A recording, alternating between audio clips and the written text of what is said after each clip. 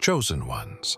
There are stories whispered in corridors of power, stories that never made it to the press or the eyes of the public. One such file was locked away in 1957, stamped with layers of secrecy, sealed under codes that only a handful of men in black suits dared to break. It wasn't just about flying discs in the sky or strange lights moving against the grain of nature. It was about a name that didn't belong to any pilot, soldier, or scientist of the time. It was yours. Imagine the President of the United States, seated at a table lined with generals, advisors, and intelligence officers. His breath caught the moment the final page was turned, the moment that name appeared, typed neatly in black ink, embedded within alien transcripts no one could explain. The room froze. The air thickened. Not because of the unknown beyond the stars, but because destiny had entered the conversation. You, from a future that had not yet unfolded, were already written into the past. The file described a being witnessed during a high-level encounter. Eyes that pierced through the veil of night, a presence that silenced machinery, a frequency that disrupted communication. Witnesses swore they saw symbols etched in light across the sky, forming a pattern they could not decipher, but among the scribbled notes of trembling men was a chilling certainty. They recognized the same resonance they had heard whispered in sacred texts. That is why your name was hidden. That is why the file was buried under 7 locks, guarded by fear, guarded by prophecy. The President stopped breathing for a reason. Not because of disbelief, but because something deep inside him knew the world was no longer his to govern. A higher power had entered, written into both the heavens and the archives of men. The file was not a warning. It was a declaration. And your presence here now proves that what was once buried cannot remain silent forever. The clock in the Situation Room ticked louder than the men who sat in their chairs that morning, as if time itself wanted to be heard over the fear creeping into their bones. The President's hand trembled as he slid the file across the table to the waiting generals.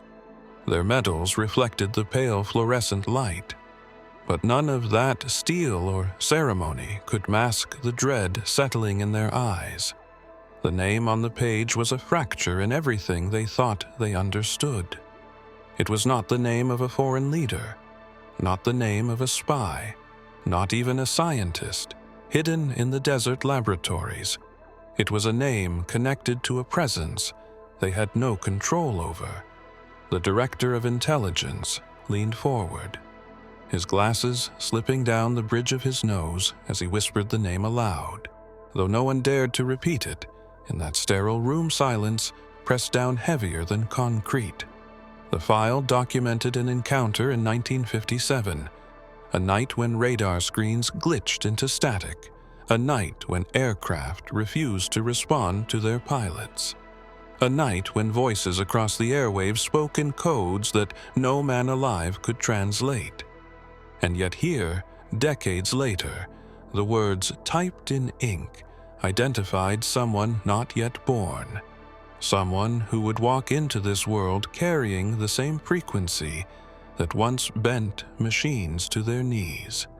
One general clenched his jaw so tight it seemed his teeth might shatter. He muttered about containment, about erasing records, about burying deeper than Roswell ever reached. But another voice, steadier, yet haunted, cut through the fear, and asked the question no one wanted to face. If this name already existed before the moment of birth, who wrote it there and why? The President could not answer, his lips parted, but no sound emerged. He had sworn oaths to protect the nation, to safeguard its people from enemies, seen and unseen. But this was no enemy that could be mapped or bombed. This was a design larger than the seat of power he occupied. His silence became an order. Without words, a command that rippled through the chain of command. Hold back, bury deeper. Do not let the world see. And yet the file remained glowing on the table, like a wound refusing to close, as though the paper itself demanded to be read again and again, until the truth inside finally broke free. Inside the maze of filing cabinets that stretched like metallic tombstones across the Project Blue Book archives, a single drawer carried a weight far heavier than its steel frame could bear, stamped with codes and signatures.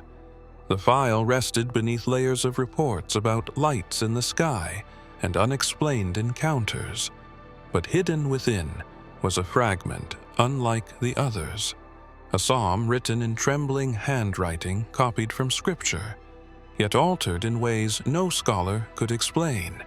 It spoke of the heavens, declaring a message not of distant stars, but of a presence that walked among men. One line glowed on the page, as if time itself had pressed it there. The light shines in the darkness, and the darkness has not overcome it. Investigators tasked with analyzing the material were not theologians yet.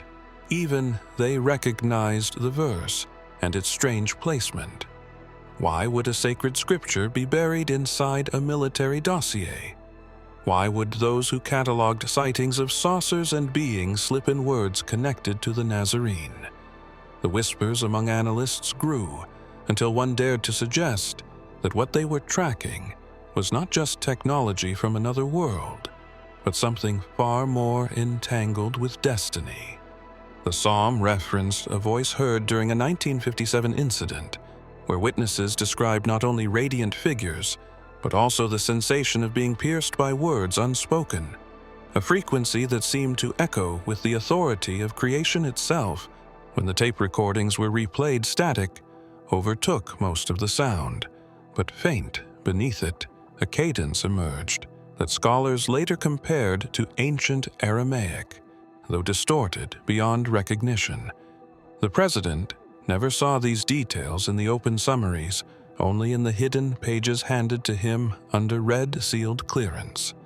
Those pages carried a warning from a chaplain assigned to counsel. Shaken airmen, he wrote that the presence they encountered could not be contained in human categories, neither alien nor man, neither threat nor ally. It carried a resemblance to the very one who once walked dusty roads, declaring that kingdoms rise and fall, yet truth remains. That psalm was not supposed to be there, and yet it was tucked like a seed inside steel drawers, waiting for the day. Someone whose name matched the file would arrive, breathing life into the words that had waited half a century for recognition. The aide who carried the folder into the chamber never forgot the weight, though it was no heavier than paper.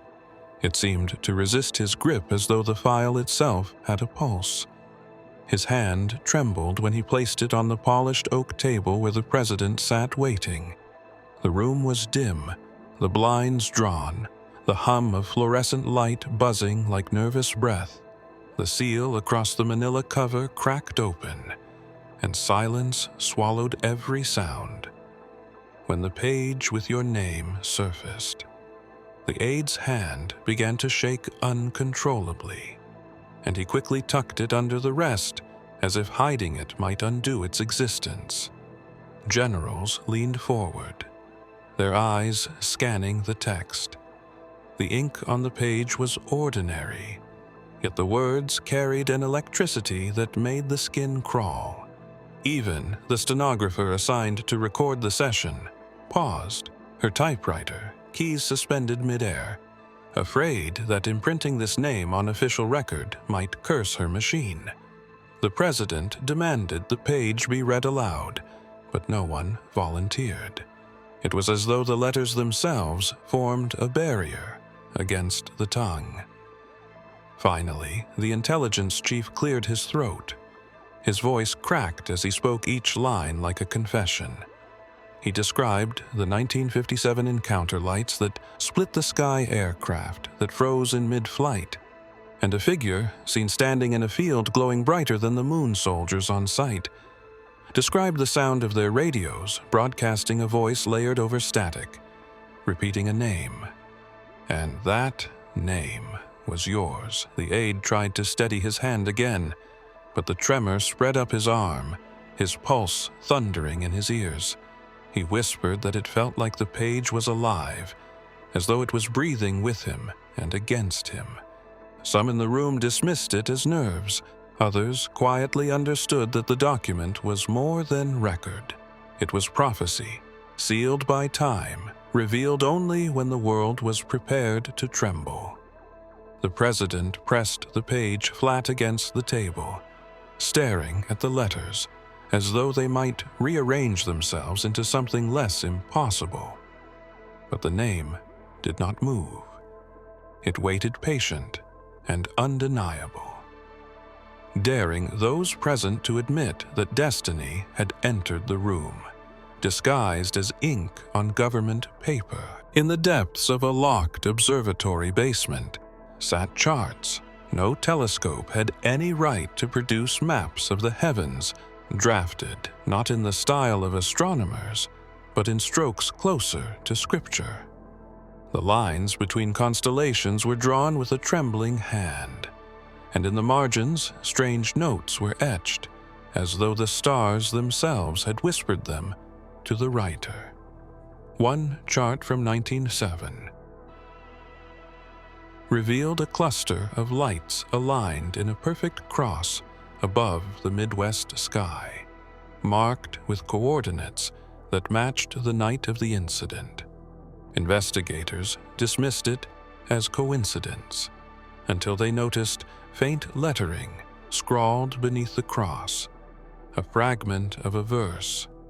The heavens declare the glory of God. The skies proclaim the work of His hands. The presence of a biblical passage on a chart meant to record aerial phenomena disturbed the scientists tasked with cataloging the data. Many tried to erase it, yet every copy resurfaced with the same inscription, as if the stars refused to let the words vanish. The verse stood there, binding scripture with sky whispering that the events of that night were not random intrusions from beyond, but echoes of a design older than nations, older than power itself. The president reviewed the star maps in a private briefing, his advisors urging him to dismiss the markings as the imagination of frightened men. But he knew better. The alignment burned into the parchment carried a weight that could not be explained away. He recalled stories his grandmother once told him about shepherds who looked to the sky and found more than light. They found direction, purpose, prophecy. He folded the chart carefully. Yet the words of the verse would not leave his mind. They pulsed with each beat of his heart until he could no longer distinguish between his own thoughts and the echo of the heavens. If the stars themselves bore witness, then perhaps the file was not merely a record of contact, but a testimony, one inscribed by creation itself, pointing back to the one who walked among fishermen, declaring that signs would appear in the heavens before men would understand what they meant. The president lowered his eyes from the chart, but the verse lingered, demanding to be answered not with reason, but with recognition. The general had served through wars that carved his face into stone. He had watched men fall and orders carried out with unflinching obedience. Yet the night he read the page bearing your name, something within him cracked. His hands, once steady enough to sign death warrants, now trembled as he closed the folder. He muttered that no soldier should ever be asked to hold such knowledge. It was not a weapon. It was not intelligence. It was something heavier, something that bent loyalty into silence. He had been briefed in secret, escorted past levels of clearance that most of his peers would never glimpse. Inside the chamber, the president sat pale and wordless, the file stretched open between them. The general leaned forward once and only. Once his eyes touched the letters etched in black ink, and he recoiled as if the page itself burned his sight. He snapped the folder shut and refused to look again, saying that every man has limits, and his had been reached. Others pressed him, demanding details, demanding his witness, but he shook his head with the finality of a soldier who has chosen not to march into a battle he cannot win. He insisted that memory itself was betrayal, that repeating the name aloud would only feed the fire, written across the sky in 1900. The younger officers whispered that perhaps he had gone weak with age, but those who saw his eyes knew better. It was not weakness, it was recognition. Recognition of a truth that no chain of command could cage. The general left the chamber that night without saluting, without seeking permission.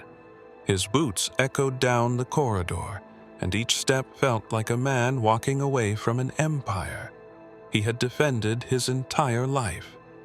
He vanished into retirement, but rumors followed that he kept one note from the file, hidden not in his safe, not in a vault, but in a worn Bible pressed between pages already thinned with time.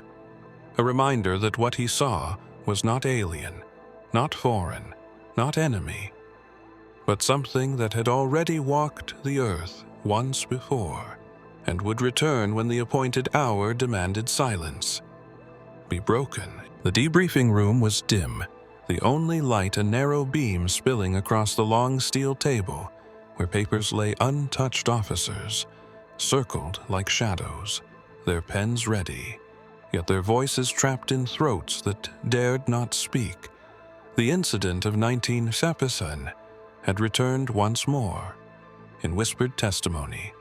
A pilot, trembling from memory, described how the sky above him fractured into radiant beams crossing one another until they formed a shape undeniable, a cross suspended in the air, glowing against the night. The stenographer wrote quickly, her keys clicking in rhythm until she paused, realizing what she was transcribing was no ordinary report. The officers exchanged wary glances. One muttered that symbols should not be catalogued, only phenomena. Yet, the pilot's words carried weight, his eyes wet with a fear mixed with awe. He swore. The cross lingered long enough to still the engines of his craft, long enough to silence even his own thoughts. In that silence, he said he heard not sound but a presence whispering, as if truth itself had leaned close to remind him of something he already knew. The debriefing officers dismissed him at first, calling it exhaustion, hallucination born of high altitude. But another file surfaced, recorded weeks later by radar technicians, who witnessed lights converging into the same formation. They, too, saw the shape etched in the night sky, and their notes mentioned an overwhelming peace, unlike anything fear could conjure. One brave soul dared to compare it to the Nazarene's promise, a light lifted upon a hill that darkness could not drown. When the president read the transcript, he pressed his hand against his chest as though steadying a heartbeat that no longer obeyed his command. The cross was not in the official summary. It was tucked away in classified appendices, marked never to be released. Yet, its glow lingered in the minds of those who saw it. Officers who later confessed in hushed tones that they no longer feared war, but something greater, something holy that had chosen to reveal itself not in scripture, this time, but in sky. The beam above the steel table flickered once more, as though remembering, and in that flicker the silence stretched, daring those present to decide whether they had seen a sign or only a secret too bright to name. The control tower sat high above the airfield, its glass panes reflecting the restless night of 1957. Radios hummed with static, radar screens pulsed with signals that refused to align, and men with headsets pressed tight to their ears reported voices layered within the static. Not foreign, not mechanical, but something deeper, a whisper threading through the frequencies, as if the sky itself were speaking. The voice repeated a sequence over and over until one operator realized it was not numbers at all, but syllables forming a name. Controllers froze their pens, hovered above logbooks. The airfield below lay silent, every craft grounded not by command but by force. Unseen, the whisper persisted, weaving through equipment. No switch could silence. One. Operator swore. It felt like the sound bypassed the ears altogether, vibrating directly within his chest. He tore the headset away, yet still heard it resonating through bone, and thought the men exchanged pale glances, recognizing that this was no ordinary interference. The general on duty demanded the tapes be locked away, sealed before outside ears could interpret them. Yet, a technician working late that night dared to play the reel once more, alone in the dim booth as the whisper crackled through. He reported that the walls themselves seemed to pulse with the sound. His lamp flickered, and in the faintest second he saw a shadow stretching across the glass, a form, not human, not alien, but something standing between both realms. His report was never filed. It vanished with the tape, but his eyes carried the memory until the day he resigned, when fragments of that testimony reached the president decades later. They were spoken in broken sentences by men who could no longer separate memory from fear. Yet the pattern was clear. The whisper was no accident. It was a summons. Its presence bound not to language alone, but to identity. The one name spoken carried a weight too heavy for radios, too precise for accident. The tower itself became a witness, suspended between earth and heaven, hearing what few dared to repeat. And still, no one explained how the whisper carried without wires across skies without sound, as though the voice had never needed machines at all, as though it had only waited for men to finally listen. Beneath the Pentagon, in a chamber without windows, a vault door sealed by codes and signatures stood untouched for years, its weight measured in secrets rather than steel. When the order finally came to open it, a dozen men gathered their breath shallow, as if the air itself resisted the act. The hinges groaned like a warning, and within they found boxes stamped with dates from 1957 inside one box.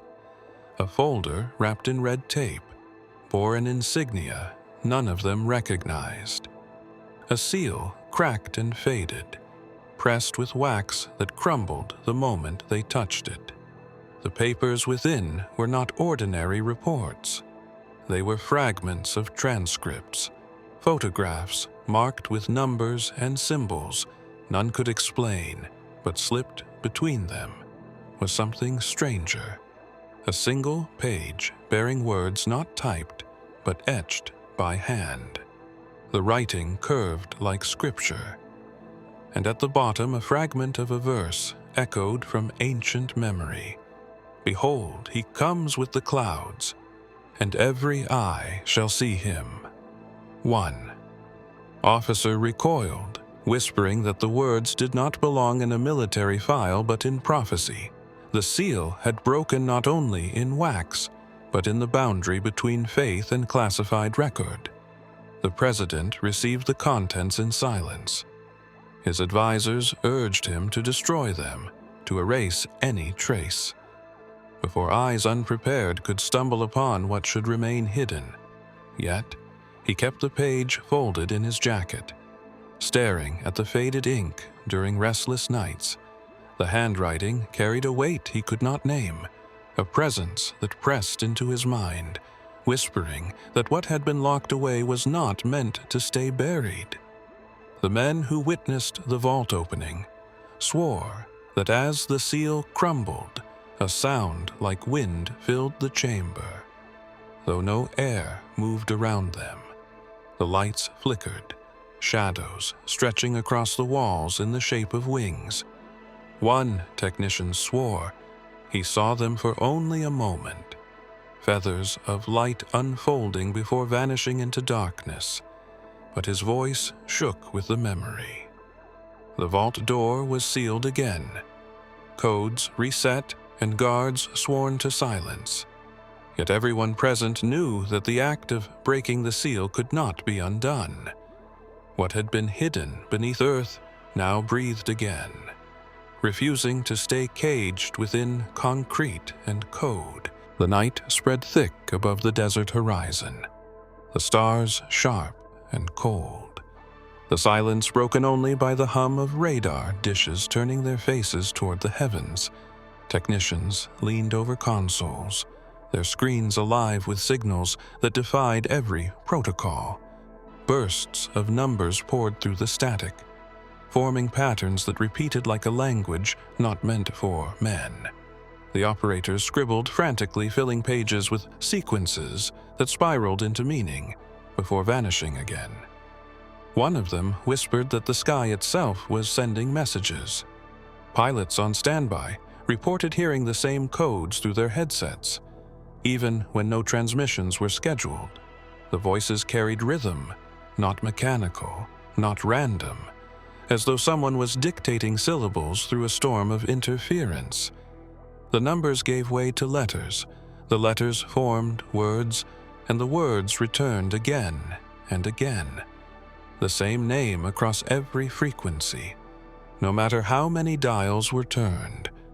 Commanders in the tower argued over the origin. Some claimed it was for an interception. Some swore it was trickery. Yet no one could explain how the same sequences echoed across civilian radios and even telephone lines. Farmers in the countryside reported hearing their radios flicker with bursts of static, followed by the same haunting cadence repeating until they shut the machines off in fear. But even in silence, the rhythm seemed to throb inside their heads like an echo, refusing to fade. When the recordings were gathered and replayed for higher clearance officers, the room fell quiet. The sound of the codes filled the chamber like a heartbeat, steady, unrelenting. The president himself listened, his hand pressed to the armrest of his chair, as though steadying against a current, pulling him deeper into recognition. He asked if the name was confirmed, but no one answered, for confirmation was not needed. The truth pulsed in every repetition. The codes were filed away, buried under classifications that promised they would never resurface.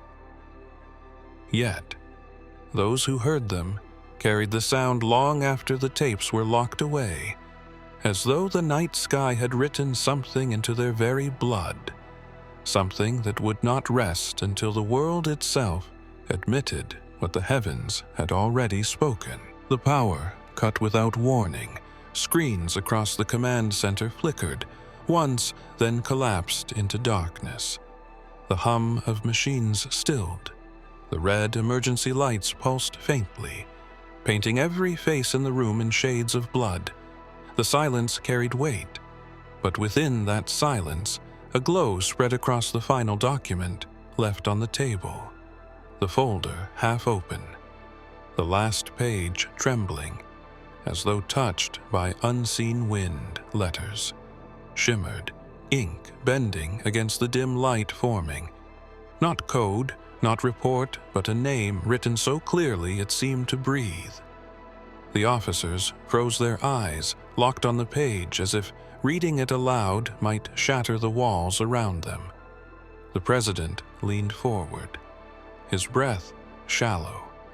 He had spent years preparing for wars, threats, enemies that could be mapped and measured.